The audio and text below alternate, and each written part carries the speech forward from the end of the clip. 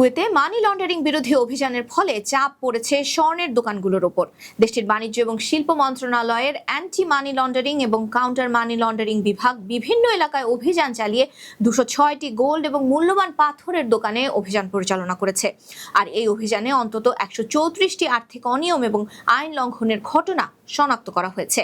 Kuwait কর্তৃপক্ষ জানিয়েছে, অনেক দোকানই গ্রাহকের প্রকৃত পরিচয় যাচাই না করে বড় অঙ্কের লেনদেন করেছে, আবার কোথাও সন্দেহজনক নগদ লেনদেনের তথ্য গোপন রাখা হয়েছে।